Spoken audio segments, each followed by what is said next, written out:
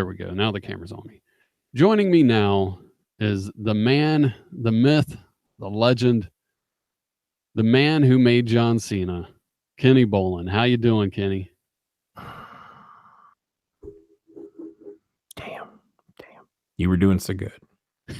You were doing so good. I didn't wear that particular shirt tonight, but I have a name that the people know me by worldwide. All over this goddamn planet, they know me by one name. I'm like Sting, Madonna, Prince, Trump. No, I'm not like that. Please don't confuse me with that name. That's like asshole. It's called Star Maker. Why is it so hard for you? It's been 5 or 6 years now. You and I have been working together. Mm-hmm. Why is it so hard for you to say, Kenny, the Star Maker, Bolin? And let me tell you why that pisses me off. If you, let's say you got the ring announcing job down at Memphis, Tennessee in 1984 or something. 1984, maybe 1979, maybe even 1976. I know you weren't alive then, but shut up and let me finish the story. And let's say that Lance Russell's sick that week and Jason Marshall is going to get a big opportunity, like I did when Jerry Lawler had me as his personal ring announcer in Knoxville, Tennessee, the place where Ron Wright was the Jerry Lawler of Knoxville. And Jerry was back there for the first time since the early 70s, and he says, I want Kenny Bolin to be my special ring announcer because I know he'll do it right. And let's say he picked you instead of me. And if you'd stood up in front of the 15,000 people who were in that arena that night, and let me introduce to you fans the myth, the legend, Jerry Lawler. He would have turned his head away from that match. He would have looked you dead in the eye. And if you was in the ring, you wouldn't have been in it long. And if you was out of it, you'd have been in it. Because he would have jumped out of that ring. He'd have grabbed you. He'd have thrown you in there. He'd have beat you like a redheaded stepchild. He would have pile drived you right in the middle of the ring and been disqualified before the goddamn match even started. And then he would have handed the microphone to me. He says, Kenny, can you do what this bumblefuck couldn't do? Yes, sir, I'll do it. Ladies and gentlemen, from Memphis, Tennessee, coming in at 232 pounds, he is Jerry the King Lawler. Now, do you realize what you did wrong? Do you realize what you did wrong? Well, and one thing you did wrong, your goddamn microphone ain't working, and maybe that's by choice. I made sure I muted myself. You didn't say another word during this show, and this show would go a lot better. Maybe I'll let Kenny Bolin do a 45-minute monologue, and this will be the greatest show we've ever done. I'll just turn my mic off, so I won't say anything stupid, so I won't say anything ignorant, so I won't forget the man's catchphrase name that he's had for goddamn how many years. Maybe I'll just shut up. Maybe I'll be a mime. Maybe I'll be Marcel Marceau. But no, you had to turn your mic back on. So let's have you try this one more time. It's Marshall Monceau. If you ever don't get my whole name in an introduction, because Jerry Lawler would kill you. He would kill you. He would beat you until you weren't breathing anymore if you said the man, the myth, the legend, Jerry Lawler. Another introduction I once did. He had me introduce him, and I introduced him first, which you normally don't do when Jerry the King Lawler's in the ring, but I had a method behind my madness. Ladies and gentlemen, coming in from Memphis, Tennessee at 232 pounds, he's held the Southern Heavyweight title, the NWA World title, the AWA, and I listed about 15 titles. He hails once again, folks, from not far from the King's Castle, and I'm not talking about where did Elvis live? Graceland. Great, not far from Graceland. I am talking about Jerry the King Lawler, and it went a lot better than that. His opponent, Bill Dundee. Well, you said something about Bill was not happy. You said something about how you had a shirt. You were going to bring that up before you. Well, I have a shirt that I haven't released for public consumption yet. I have a shirt that has my picture on it, and it says Star Maker, just like my briefcase. Can you see my briefcase over there? Yeah. And it's got the Star Maker, and it's in my pictures in there. Maybe that'll help you if I just wore that on every episode. Hey, Kenny. That you would realize that after 6 years, the people, if they don't even know my first name, they know me by two things. The real king. See the crowns?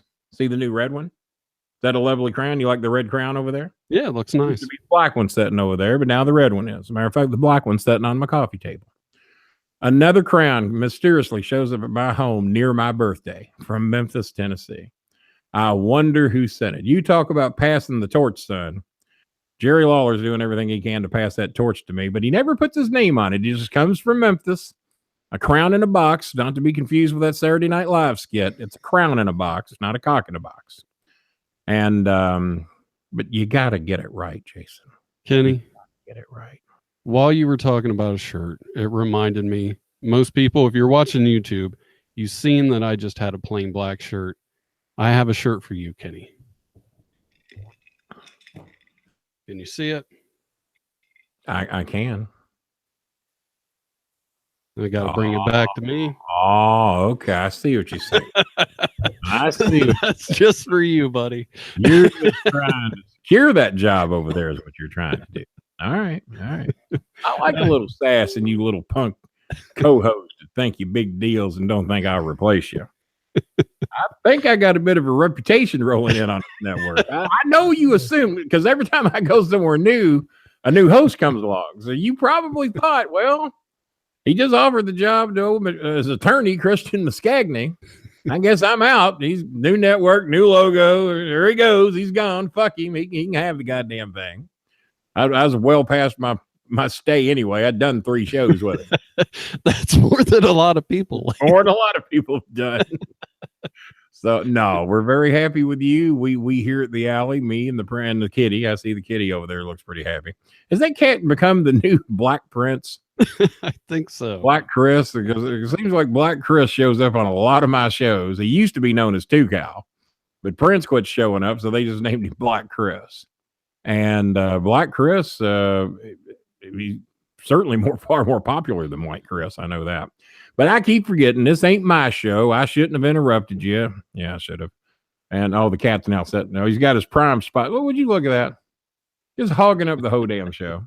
Well, but I'm on your show. We're not on my show, and I shouldn't be so hard on you, and I shouldn't be so rude and obnoxious. And you have me on here supposedly for 15 minutes, and we've done eating that up.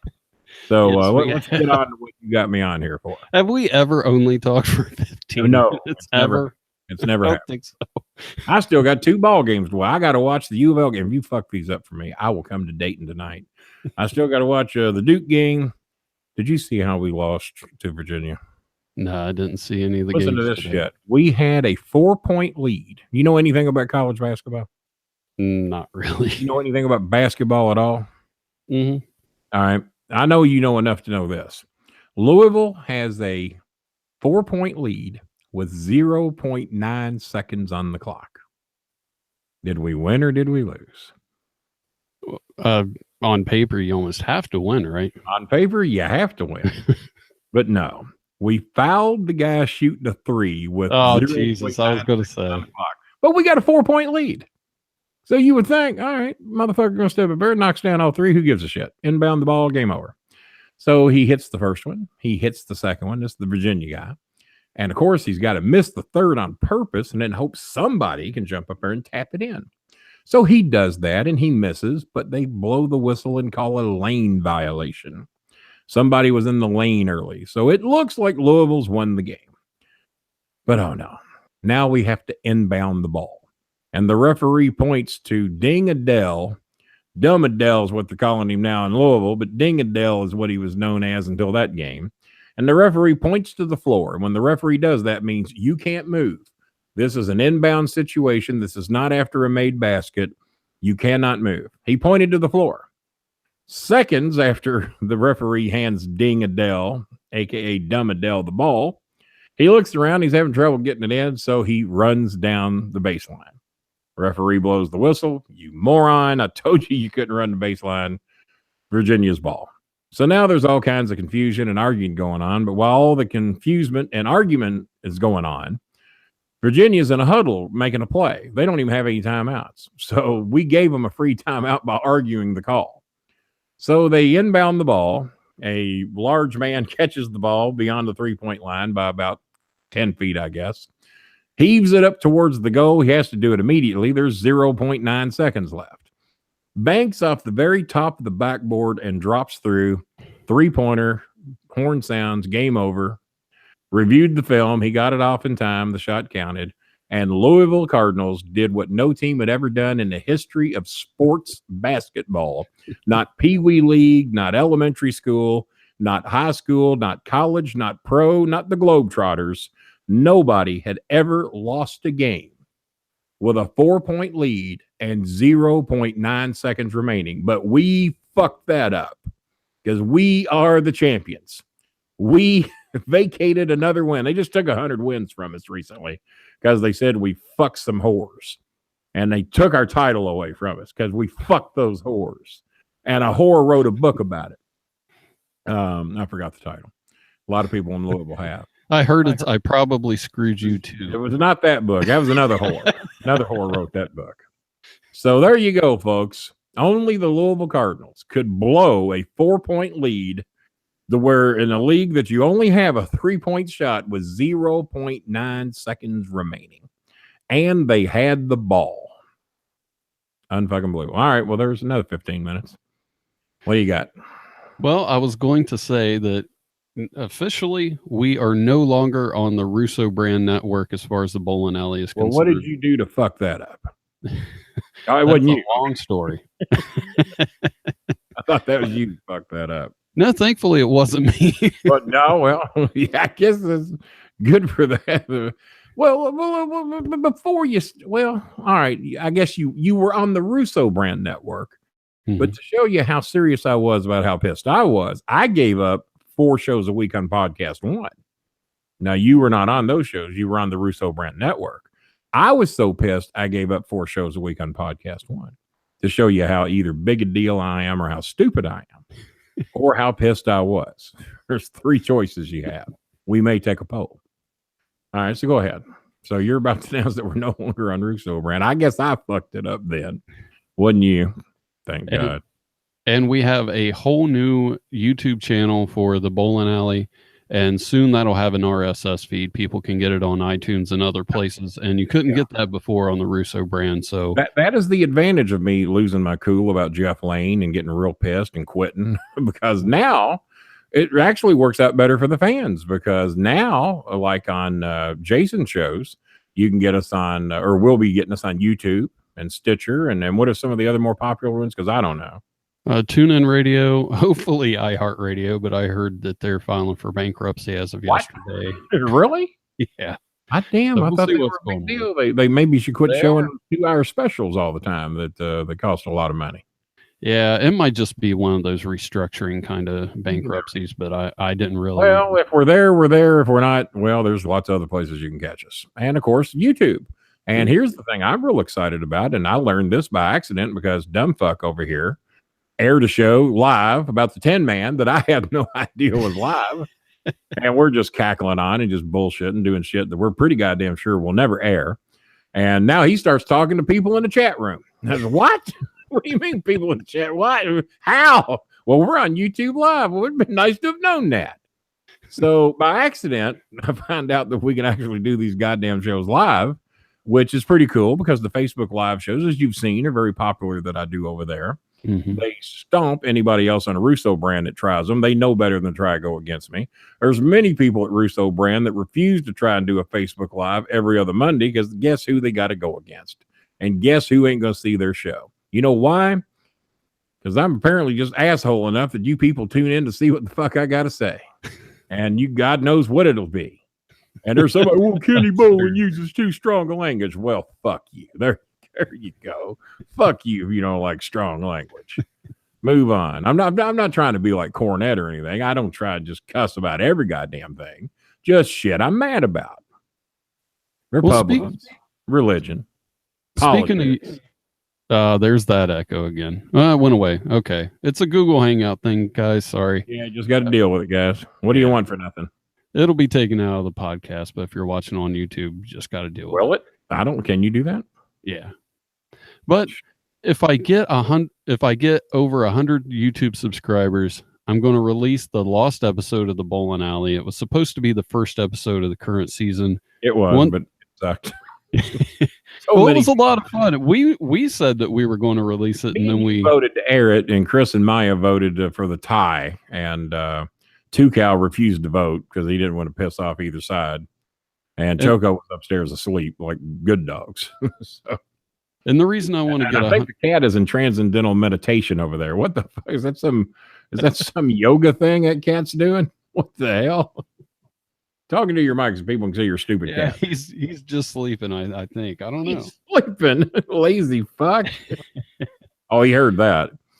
But the reason that I want to get 100 subscribers is once I get 100 subscribers, I can get a custom YouTube URL, so I can just say go to YouTube/we don't have cookies. And that'll be a lot easier. Well, so, my goal, and I'm doing this only to embarrass people who have less, is to have 250 subscribers before we air shit. I want not Jack up there at 250 subscribers. That is just the ultimate. And no offense, Jason. Oh, that's fine. But now I'm not trying to embarrass you here, I promise. But how many subscribers do you have right now?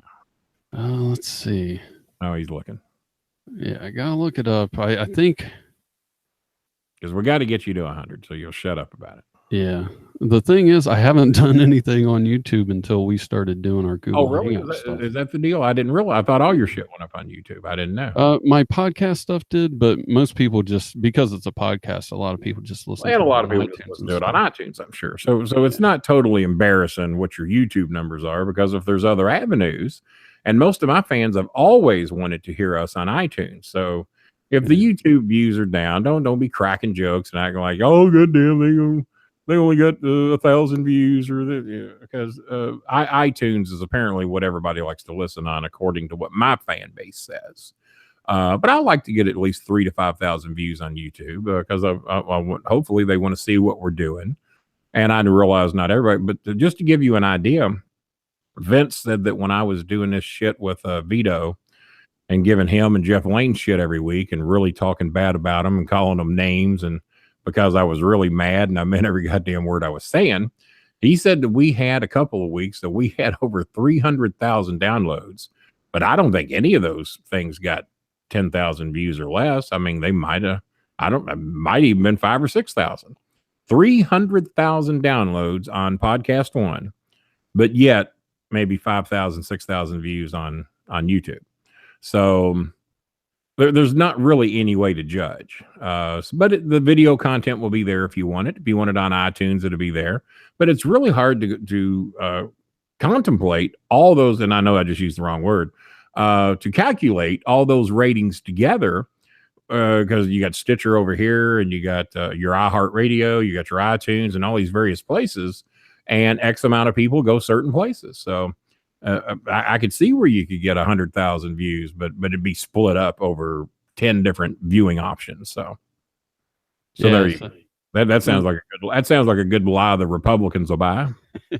So as soon as I get 100 subscribers, I'll apply for the URL. And if you see I have 100 subscribers, subscribe anyway.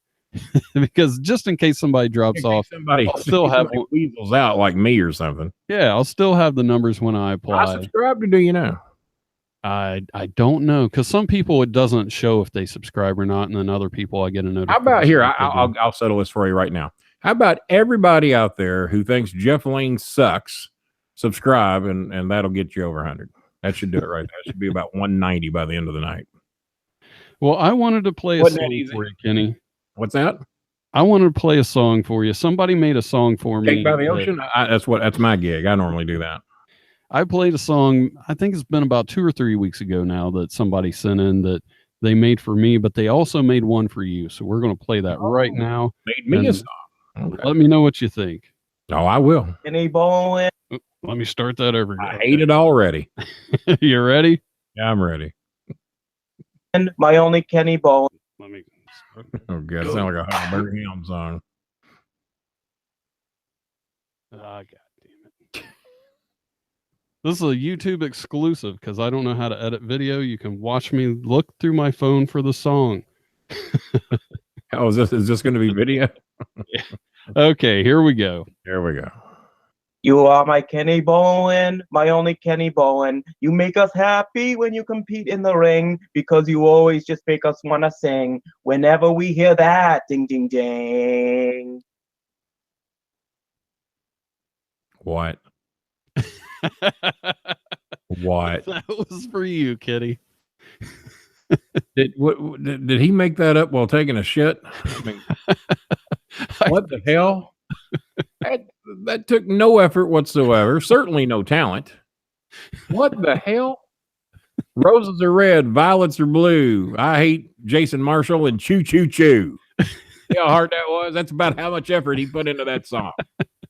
Jesus Christ. I like that. Where's your, do you have yours? Or do we hear yours too?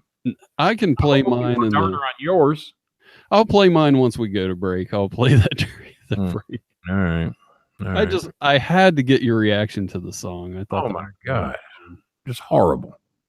It's horrible. Is he a comedian? What's up, Marshall? No, he's just a guy. Hey, Chris, how's it going?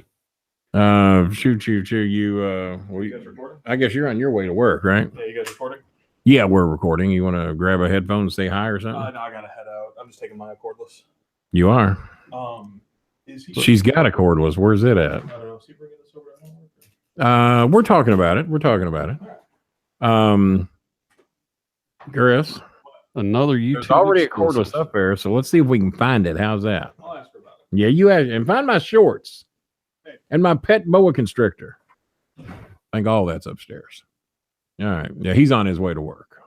Maya needed a landline. Of course, what do they shit all over? Well, Kenny's got landlines. They got two of my phones up there because they lost one. Kids. Well, I'm going to take a quick break. I'm going to play the song that the guy made for me a couple of weeks ago. And when I come back, I'm going to announce my guest for next week. And I am really excited about it. I think you will be too. So stay tuned. All right. We're going to maybe do a couple of minutes just for the YouTube people, and then we'll get out of here. This is the lights out portion of the We Don't Have Cookies alley. Oh, are we back? Yeah. I'm sitting Yeah, here. I just threw alcohol in this. What's I'm that? drinking it. It's something out of one of those ball mason jars. This is how you know that you're dealing with somebody from below the Mason-Dixon line, because I'm drinking out of a jar. I doubt you can read it, but it says ball, the big ball jars. They come in a couple of different sizes. Mason, and they're called mason jars. And I don't know if I've ever seen anybody above Cincinnati ever drink out of one of these. Yeah, when I would go visit my family in Tennessee, you saw a lot of that. Yeah, but the mason jars, man, they're great. They hold a shitload of Coke. But I think Christopher had some alcohol in here, because I just poured some cherry Coke over it, and there's a little bite to this thing.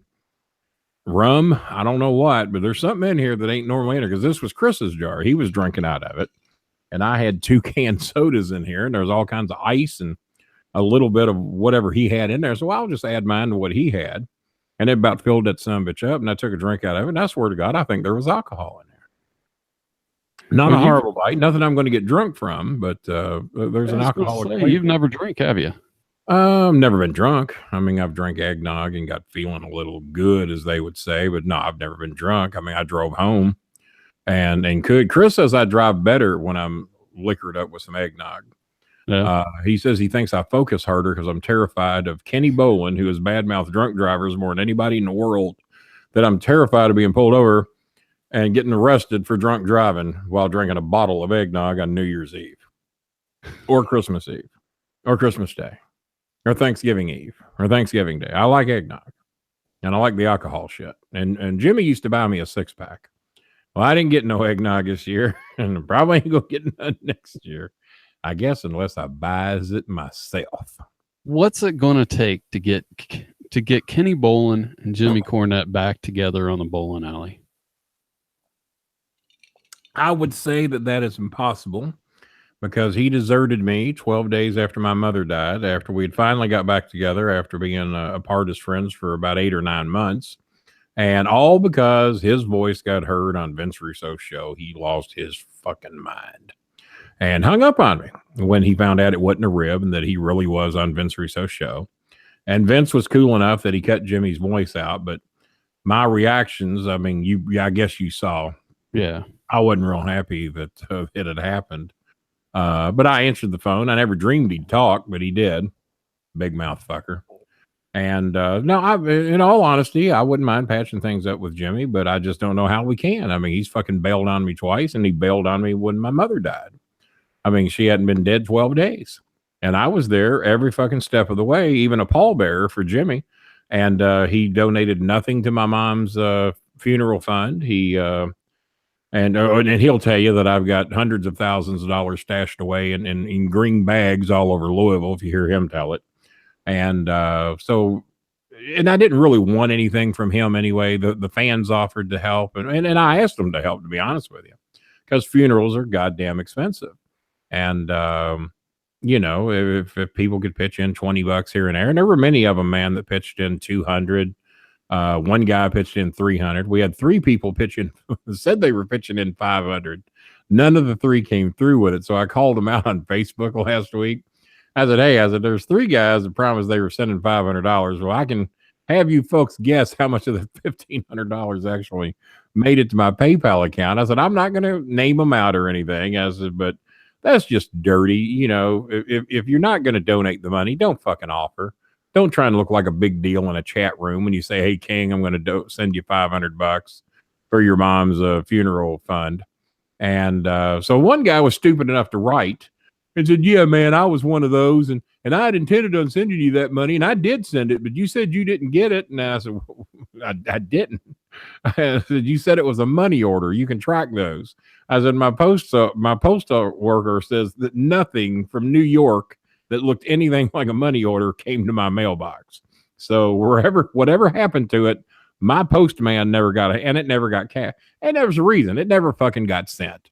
Because then he tells me later in his post that he made on Facebook is that this is the lights out section, right?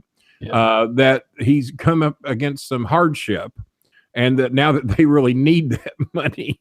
So he's all but calling himself a liar because we had hardship. We needed the money that I sent you. And now that it never made it to you, I'm now supposed to believe he went down to the bank, canceled the money order when I begged him to just send it by PayPal or registered mail. I begged him to. I said, do not put $500 in a goddamn mail and assume that the Affleck Duck's going to bring it to my door. And so when he said, I sent it today, King, about 8 days late, I said, well, what's the tracking number? Did you register it? No, man, I just sent it right. I knew right then it was not coming. And sure enough, each day goes by, hey, man, you get your check returned to you because it sure never came here in this drag. And then he fucking comes up with this thing. Well, we've had severe tragedy in my family, and we now need that money, and we're bad off. I said, oh, you dick. But he writes me on Facebook and posts this shit, and then he blocks me. Oh, shit. Blocked me for calling him out when I didn't technically call him out. I just called out the situation. But there's 2 other assholes that said, well, he didn't mention me, so I ain't going to do shit. So, that's the best way to do it. Just keep your mouth shut. Keep your mouth shut. If he'd kept his mouth shut, we wouldn't have known what a fucking loser he is. But he came in there. Motherfucker never sent the goddamn money. And anybody that writes you and says, I'm going to donate to your mom's funeral fund by a check, and I'm not going to register it. I'm sorry, by money order. Fuck. And one cocksucker, and I hate to call him a cocksucker, but he is. He sent $5 personal check payable to Ma Bolin, misspelled. Oh, shit. I kept it. It's around here somewhere. I got to dig it up. But yeah, that check he won't be losing that $5. And someone told me to just write Ma Bolin on the back of it and run it through anyway. I said, no, I'm keeping this one. This is going to go on a refrigerator. He sent me a check payable to Ma M.A. Bolin, B-O-W-L-I-N. I guess he was just praying to God I wouldn't be able to cash that $5 check. I don't know. So there's cocksuckers at all ends of the spectrum when it comes to the amount of money they try to send me. The $500 they don't send. And trust me, guys, nobody out there fucking owes me $500 for my mom's funeral. The $20 donations were great. And some of you did 50, some of you did 100, a few of you did 200. A few of you did 5. And one of you did 5 I can't cash. And that's the funniest one of all. And then the guy who lied about sending me 500 and then exposing himself on my Facebook wall and then blocking me. But yet everyone else can see what he wrote.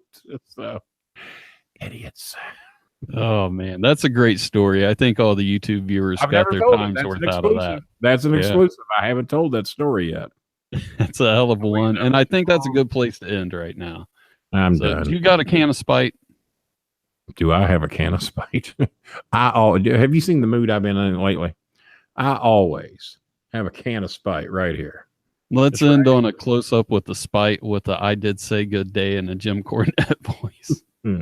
As a matter of fact, I'm going to send one of these to my buddy Clay Young. Clay Young, just after 3 weeks of trying to get money out of him for the merch he bought, Clay Young just paid his money, and he doesn't know it, but I'm going to send him a Spite can because in spite of me burying him for 3 weeks, he finally paid for his merch today. And he don't know it because I sell these for $20, but I'm going to give him a free Spite can for jacking me around so long. I wrote him today. I said, man, it's easier to get money out of Al Capone's vault than it is out of you. I said, are you just fucking with me or are you really going to pay this or not? You know, if times are tough, if your car's broke down, if somebody in the family's got polio, you know, just let me know. You know, I'll pull through. But if you want this merch mailed to you, you're going to have to pay for it at some point. So he paid today, and he don't know it yet. And I doubt he watches this show. I don't even know if he watches mine. But he will get. See Jimmy's autograph on there? Mm-hmm. A little blurry, but it's there. Look at that ugly mug. Ugly motherfucker. And going bald. Look how bald. And that's an old picture. He was going bald. It was about 15 years ago. And he weighed about 305 back then. Fat fucker. And bald. Fat and bald. Can you imagine being both? Oh, yeah, I'm fat, but not bald. And talented. I said good day. It was stuck on me when you said good day. We got to get one more try. All right, so what do you want me to do? How the fuck was it stuck on you? I was talking. I don't know. I was just You sure it was stuck on you? Yep. Because I sat there and looked at myself while you said good day and thought, why the fuck is it on me? Where do you want me to pick up at? I just do it all over. Raise the. I ain't doing it all. Oh, do it. No. I mean, just raise the Spite can and say good day like Jim Cornette. That's where we'll leave it. Oh, okay. So, ladies and gentlemen, if you would like one of these, drop me $20 in the mail, and $5 for shipping and handling, $9 for Kentucky taxes, $40 for the Mall Bolin Memorial Fund, and I will mail you one of these cans with a Bowling Club calendar magnet and some used toilet paper that I used to pick poop up from Tucow. I'll do that for you. And I'm going to end this in 2 ways. There's the regular way that I say, and the Kenny Bolin way. I said good day. And then there's the Jimmy Cornette way. Goddamn, man. Goddamn, I said good day.